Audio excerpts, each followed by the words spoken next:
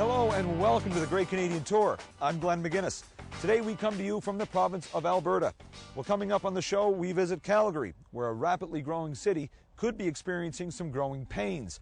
Also, we take a look at a unique type of home in Red Deer that generates its own energy.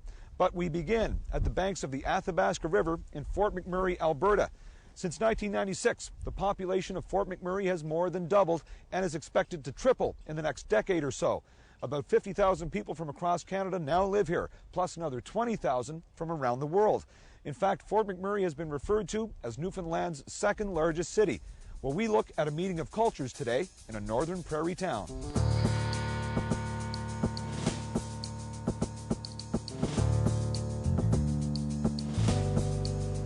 Fort McMurray, Alberta is best known for the oil sands. It's the heart of Canada's petroleum industry. You can't escape the presence of oil here. It should come as no surprise that the city's slogan is, "We have the energy." But there is so much more to Fort McMurray than the oil sands. A growing, thriving, diverse, multicultural population is putting Fort McMurray on the map. It's been called the New York of the North. Filipino dancing, specialized food stores, multicultural restaurants, one of the world's northernmost mosques. It's not the usual picture of Fort McMurray that comes to mind. And the draw out here is, of course, oil. And when you have a successful industry, you get a robust economy. And when all those variables are in place, everything just follows behind. Fort McMurray attracts people from all corners of Canada and the world, but it's not a new phenomenon. The Multicultural Association was established more than 23 years ago to promote and encourage cultural diversity. Melanie Reddy is the executive director. Fort McMurray is a very cosmopolitan city. We've got a number of cultures represented from around the world. There are people here from Central and South America, the Caribbean, Bermuda, Europe, Asia, Africa, Oceania, Asia, and the Middle East. So we're very well represented. 11% of our total population actually are immigrants from elsewhere outside of Canada. Okay, so a lot of these people are obviously coming here for the oil sands. Is there something that maybe Fort McMurray is sending out to get people in here to do that? Well, definitely there's been a lot of marketing, I think, elsewhere, trying to find staff because, as everyone in Canada knows, well, everywhere in Canada it seems to be hard to find staff, but especially in Alberta and especially in Fort McMurray because of the isolation of the area. So they recruit people from elsewhere and they bring them here and they add to the cultural makeup of Fort McMurray. The Filipino community here is strong, 3,000 strong. Like the majority of immigrants living here, they were attracted by the oil sands. They have made Fort McMurray their home and kept their traditions and cultures alive. Liz Jackson is the president of the Filipino-Canadian Association. She's lived all over the world and is proud of her heritage. She believes the Filipino population of Fort McMurray will grow. Practicing your culture here in a place like Fort McMurray, is that an easy thing to do? Oh yes, because of the great big community of the Filipinos, and in every party, in every occasions, we're all inviting with each other. It's a very, very close-knit community among Filipinos. Filipinos are very, very resilient because I think due to the poverty sometimes in the Philippines, they felt that they can come here in Canada for a greener pastures. But what about culture shock? And with subarctic winters averaging at 20 below zero, what about the climate shock? Well, the culture shift, it's more, an environmental shift. And Exactly. Keano College every year puts on We Love the Winters here. Keano College in Suncor, I believe it is. And we participate as a multicultural association, and we have presentations on winter driving tips, what to wear, how to dress, you know, how a furnace works, what to do with that kind of stuff. And we just try to educate them. As for the bugs, I mean, bug spray, that's pretty much all we can do about that. But, I mean, we assist them wherever they can. Melissa Blake is the mayor of Fort McMurray. She says the municipality works hard to embrace their diverse population. We have a number of programs obviously designed to help people facilitate their entry into the community. One of them is an English for Skilled Immigrants program that's run at the college. And every time that I attend one of their opening classes, you will have 20 students, 20 different places that they're representing. And that's pretty much what's happening throughout the community. So as the oil sands developed, they had the need for skilled individuals, and they would draw from Canada first, obviously, but then the reach is extended. And so you'll find geographic groups that are more represented perhaps than others. So if you look at Venezuela, it's a recent attraction point for one of the companies here in town. So you'll find a great community support that way. If you look at the Filipinos, you can look at the Chinese Canadian Association, you can look at South Seas Polynesian folks. We've got them from all over the place, and increasingly you're getting even more eclectic in that collection of diversity. It would be almost impossible to visit this remote Alberta city without meeting someone from Newfoundland. Not too long ago, Newfoundland Premier Danny Williams made a special trip to Fort McMurray to let them know that even though they were away from home, the door is always open if they want to come back. I decided to go on a mission impossible, as it were, to see who is actually from Fort McMurray. Was anyone born here? Anyone? We're looking for people from Fort McMurray. From Fort McMurray. Not us. I only moved up here like 3 months ago. Where are you from? Newfoundland. I'm from Edmonton. Originally, born? No, born in Germany. How long have you been in Fort McMurray? Over 30 years. Okay, but that accent tells me that you're not from Fort McMurray. I'm a Newfie. Are you from Fort McMurray? No, I'm from Nova Scotia, sorry. Which part of Nova Scotia? Cape Breton Island. Oh yeah, what part of Cape Breton Island? City Mines. Yeah, I'm from Blaze Bay. Nice to meet you. How you doing? Oh, right on. Right on. Excuse me, sir. Hi, are you from Fort McMurray? Yeah. Can I have a hug? Sure. And as the population grows and becomes more diverse, those who have made Fort McMurray home will work hard to ensure their cultures are kept alive in the midst of the oil sands. What makes your part of Canada so unique? I don't know, look around you. The outdoor amenities combined with, a healthy work environment make it a great place to be. It's the mountains. The mountains are great. Calgary's a great place. It's very multicultural. It's a big city, small town attitude. Hot summers, lots of trees, the friendly atmosphere. Yeah, you like it here? It's home. Home away from home, and it's good for the kids, great people. I have to say the mountains. I love the mountains. I think the mountains, just the scenery. You have a city that's so close to the mountains, it's an hour and a half and you're in a totally different place. Calgary is unique. It's that it's brought a lot of people together from different places, and you get a unique perspective from it. And I don't think you'd get a chance to meet so many great people in a lot of other cities. These days, the environment is on the minds of a lot of people, and many think that global warming has reached its critical point. And it's because of this that some are taking unprecedented steps to go green. Well, here in Red Deer, there's a brother and sister team who are home builders.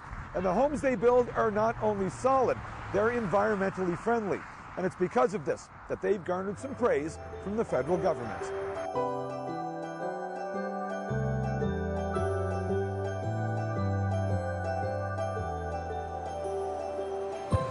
Ryan Scott and his sister Christine are building on their future in the housing industry. They are founders of a company called Avalon Master Builder. What makes them different from most builders is their approach to what they want as an end product. They specialize in developing something called equilibrium housing. Their innovation is called a discovery home. Well, this home is a net zero home, so this home produces all the energy it consumes on an annual basis. So basically, there are no bills, there are no, your gas mileage is perfect on this type of home. These homes actually produce energy. It uses solar power, it recycles water, and it has a special wall and window system to help regulate the heat. The outside of the home has key areas in which the harvesting of the sun's energy happens. Sometimes you can be fooled by outward appearances.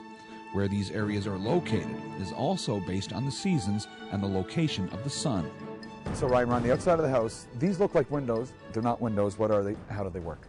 So these are our solar thermal panels. As you can see, they've got a black inset here, and behind these we've got those tubes running through the system. In those tubes are glycol. So solar energy comes down, it hits this black tin behind here, warms up, warms our glycol up, and that glycol is pumped to those storage tanks. Okay, which in turn heats everything. Which in turn heats everything. So yeah, we've got 5 of these panels on the side of the house. They're all south-facing, and we've oriented them on a vertical orientation because of the winter energy. The winter sun is fairly low, so we can get away with putting them on this type of setting. These are solar panels on your roof. That's right. They look like shingles. That's right. When you look at these panels on our roof, we've integrated them into the roofing system, so they're actually part of the roof. They actually shed water, and they fit in very nicely. They're the same size as the tiles on the roof, and it's one of the things we've tried to dispel is that these very energy efficient homes are ugly. We've tried to make this one as attractive as we can, integrate materials into the home, and really, you know, when you come up to this home, the roof doesn't look that much different than the neighbor's roof. Also, you know, we were talking about one panel versus obviously we've got quite a few panels up there. The difference there is we're trying to provide all the energy needs of this home versus just some of the energy needs. Okay, so give me a scale of how much energy these shingle panels, I'll call them, but you know, how much energy are these actually producing for the home? This is about 8.5 kilowatts of power we're producing here, and that's enough to power this house, all the electrical needs during the year. So again, we don't have a battery system on this home. We're using the grid as a battery, but this will supply all the energy needs annually. Helene and Johannes Copens recently moved into one of these homes. They're looking to reduce their carbon footprint. I tell you that the electricity that we use in April, because I didn't have my bill for this month, but in April was $6.19 of consumption of electricity. What? $6.19. Administration and transportation fees were $21 and some cents. So altogether the bill was $28.38. Right. Now that to me is money. It also is worth something in our, you know, mm-hmm. And so, you know, the other features of the home, like I say, was the hot water heating, and then this heating. Well, this hot water, that's how the house is heated, right? So it's quiet. We also have an air exchanger that, you know, it changes the air in the house 20 minutes an hour. And so it kind of all goes on its own, and that's what's wonderful. That's what's wonderful with the energy comes in from the sun. It's free, that energy. I can't see how people cannot go for this. The feedback that we've gotten from customers is that the homes are a lot different than they thought they were going to be. I guess What did they think they were going to be? A lot of people perceive a very environmental home or a solar home as being really technology oriented, where they can't live in their home. They have to be special people, or they have to have special training to live in their home. What we've created is a home that is very easy to live in. When you walk through it initially, unless we were to point out the features to you, you wouldn't necessarily know you were in a special home or a different home. Getting this project off the ground was made possible by a boost early on from the federal government. In fact, this company was signaled out by Conservative Cabinet Minister Monty Solberg for its energy-efficient homes. Monty Solberg was talking about the Equilibrium project. So we are one of 12 Equilibrium homes across Canada. And so these are very energy-efficient, net-zero homes. And he recognized that what we were doing, I guess, is unique across Canada, and the energy efficiency and sort of our vision for our company is unique across Canada. And so it was a really nice pat on the back, really nice kudo to hear somebody in the government recognizing that energy efficiency is that big a thing, and really has helped us along. But what about the demand for these types of homes? Even with kudos from the federal government, is this something that's catching on with potential homeowners? As the heating costs continue to go up, and I don't think we've ever seen them go down, that it's just going to draw more and more and more people into it. As well, I think that there's a bit of a generational shift that's going on. We look at our company, we have quite a young staff in our company. We're all in, well, not all of us, but the majority of us in our 30s. And all of us are interested in the environment. We all recycle. We all look for ways to conserve. And it's just something that really interests us as human beings on this planet. What can we do? How can we change the way we're living? and how can we do it while still enjoying some of the things that we like to enjoy, such as the hardwood floors, etc. So I think that there's going to be a huge demand coming for this product as more of the 30-year-olds start purchasing houses, as more people start, realizing what they are going to be paying every year in gas and heating costs. So it's possible in the future that the majority of new homes will follow this trend. And for Ryan and Christine, it will be especially satisfying, simply because they built this initiative from the ground up. What do you think is the most memorable moment in Canadian history? When the Flames won the Cup. Development of Fort McMurray. When I would say that in 1973, 30 years this year. Syncrude Canada. So the development, lots of jobs, lots of opportunity, boom in town. The day Newfoundland joined Confederation. Probably the British North America Act, giving the kind of constitutional basis of it. But as a proud Newfoundlander, I would say the day Canada joined Newfoundland. I suppose Confederation, when the provinces joined. And when they built the causeway from Nova Scotia to Cape Breton, where I lived. Paul Henderson scoring the gold in Russia. It was probably, when they put the last spike in the railroad. For me, I think, I'm going with sports. I think the gold medal that we won, Salt Lake City. Winning the gold medal at hockey was pretty big. I think it really brought the country together. So I think that was definitely a big moment. The city of Calgary is experiencing a boom. Okay, that's not breaking news to a lot of people, but regardless, the oil and gas industry has caused growth here to go through the roof. In fact, in 1989, the population of Calgary was 675,000 people. In 2006, Calgary surpassed the 1 million mark, and it's still growing.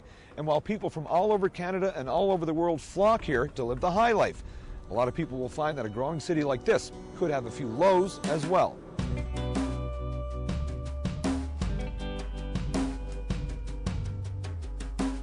It was in 1894 that Calgary became a city.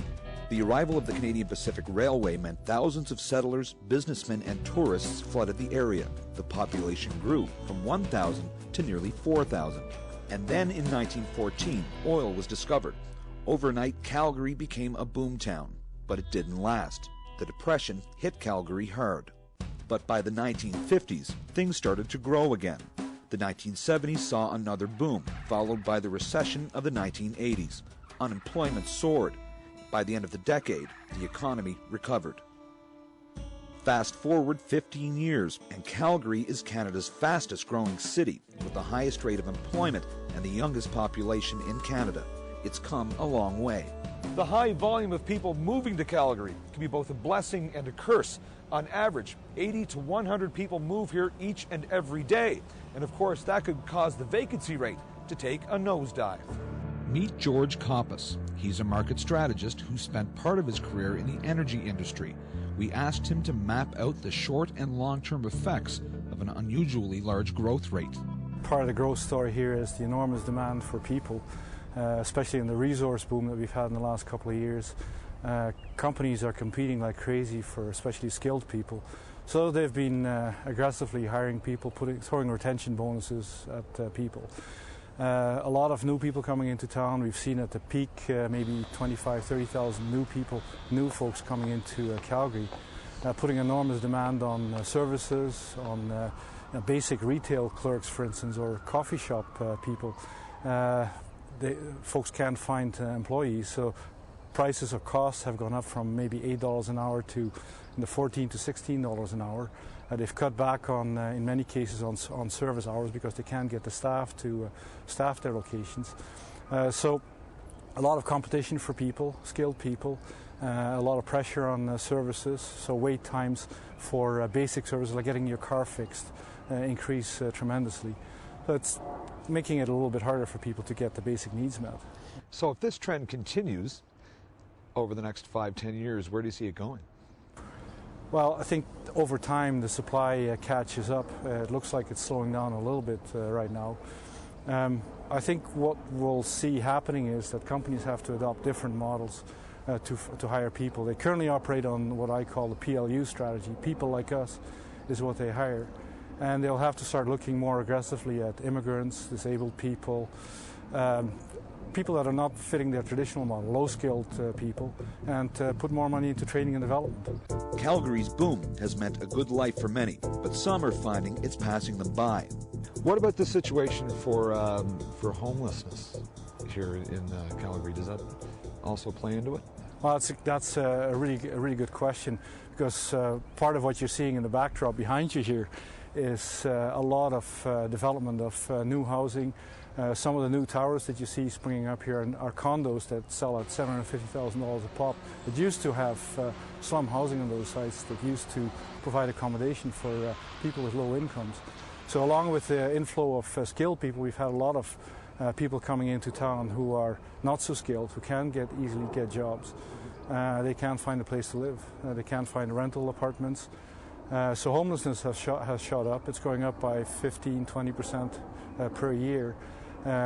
It's gone in the last 10 years, gone from about 400 homeless people on the streets to 3,500 as of the last count. So enormous pressure on housing and services for homeless people. Because the prices for people are going up, the non-profit sector that used to provide services to them can't find employees because they're all going to the private sector for work. So very, very difficult for people to meet those needs. And homelessness is just one of the downsides to Boomtown. Calgary has one of the largest carbon footprints of any city in North America. There's gridlock, mounting pollution, spiraling real estate prices. The average commute time is increasing faster than anywhere else in Canada. Noel Keogh is a researcher for Sustainable Calgary, a nonprofit group that lobbies for more walkable spaces, better transit, a new era of development. He says Calgary's development is car-oriented, and that has to change. Well, I think car dependency, to me, in simple terms, is if you ask any individual on the street, could you live in Calgary without an automobile? And most people would say no. And there's probably only, maybe 10% of Calgary, I would estimate, where you could actually live comfortably without an automobile and get to work and get your basic services and get your kids to school, that sort of thing. But for the most part, you're forced to own a car in Calgary. And that's, again, coming back to the socioeconomic issues, that's a huge imposition on people on low incomes, for example, especially with rising fuel prices, that sort of thing. So, yeah, we are car dependent. Okay. So your organization, Sustainable Calgary, what exactly do you believe in with this city? Well, we believe in trying to create a more sustainable city, and the way we look at it is we want to see, some people call it the triple bottom line, but we think that we should be looking at ecological issues, social issues, and economic issues kind of all in the same basket. And typically, we put economics first, and that's evident in this boom. And we forget the social dimension, the social costs of growth, we forget the ecological costs of growth. So what we're all about is trying to advocate for policies that put those three together, and try to doing education with Calgarians about the benefits of looking at that triple bottom line, and looking at the social and the ecological costs, and not just looking at the economic growth that we're experiencing. The city of Calgary has often been criticized for urban sprawl. Now, has or is Calgary, turning into the next Toronto? Well, I don't think it's turning into the next Toronto. I think its development is typical of just about every North American city, including Toronto, in that we've developed on a sprawl model. We've developed on a model that our communities, our cities have been built to accommodate the automobile. What I hope we will do in the next 10 years, and with the new municipal development plan that's in the works this year, is that we'll turn that around. We'll reverse that trend. We'll start to be able to build our communities for people and for pedestrians, for bicyclists, rather than building our city for the automobile. Mary Axworthy is the city's director of land use, planning, and policy. She thinks it's an inappropriate phrase to be used to describe Calgary. Well, I think, when you think about urban sprawl, I personally, as a planner, think of sort of unplanned growth, leapfrogging development. So certainly in Calgary, we have very specifically planned our greenfield areas, and we accommodate our growth through area structure plans that identify where and when it's appropriate for certain parts of the city to grow. So that's how we've looked at our growth in the greenfield areas, and it really looks at maximizing the infrastructure, accommodating people in planned communities. So that's where I find the sprawl word maybe doesn't fit as well, but certainly that image of growth on the edges is one that's dominated our city in the past. Now, in the past, Calgary's been criticized as being a car-oriented city. What do you think about that? Is that a fair criticism?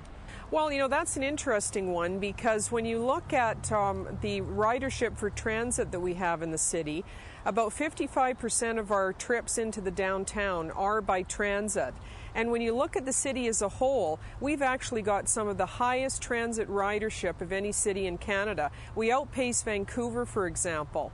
We've got about 225,000 boarding passengers for a population of around 1 million, and the Vancouver Greater Regional District has the same number of boarding passengers for double the population.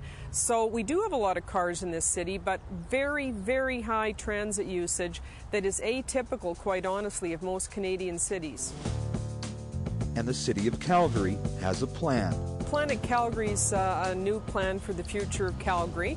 It's what we call an integrated land use and mobility plan, and it's really talking about the future of the city, what will look like in about 50 to 60 years when we've grown to double our size. I guess the big learning experience for Calgary is that we've got this jewel of a light rail transit system, and we're going to be seeing a lot more development in what we're calling transit-oriented development areas. What are a lot of things that you're hearing maybe from people on the ground level about this? What complaints or concerns do you know of? Complaints are traffic, housing. I think homelessness has gone way up in the public consciousness, so people now demand actions from politicians to deal with those issues because they see them on the streets every day. Now, it's some really inspiring stories too, though. There's a really strong community spirit to address the problem. We've had a committee to end homelessness in Calgary that sprung up last year. Was unlike any other place in North America. It was led by business professionals. The CEO of a large corporation ran the committee. A couple of CEOs were on it. The mayor was on it, the bishop. So very, very strong community spirit to also do something about it. Over the past 100 years or so, Calgary has had its fair share of highs and lows, but this boom is predicted to stay. And as long as the money keeps flowing, learning to manage it will always prove to be a challenge. Who do you think is the most influential Canadian politician? I would say Sir Johnny MacDonald. You know what? Sir Johnny MacDonald. Johnny MacDonald, maybe? Johnny MacDonald. Well, I guess I'd have to put it back to MacDonald. If he wasn't there, we wouldn't be. Well, being from Alberta, Ralph Klein. No, I'm just kidding. Johnny MacDonald?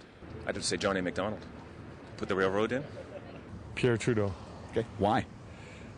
Because he approached so many subjects with determination and with conviction, as opposed to possibly, never-ending consultation, and put policies forward or put thoughts forward that provoke debate and discussion. Pierre Trudeau. Why? Oh, he had lots of charisma, and he was a brilliant man. He was smart. I'd say Pierre Elliott Trudeau. Why? Because he made such an impact, not just in Canada, but he made his mark globally as well. He's probably the most recognizable of any Canadian politician. Pierre Trudeau. I may be biased because of my age group, but probably within my era, I'd have to say Trudeau.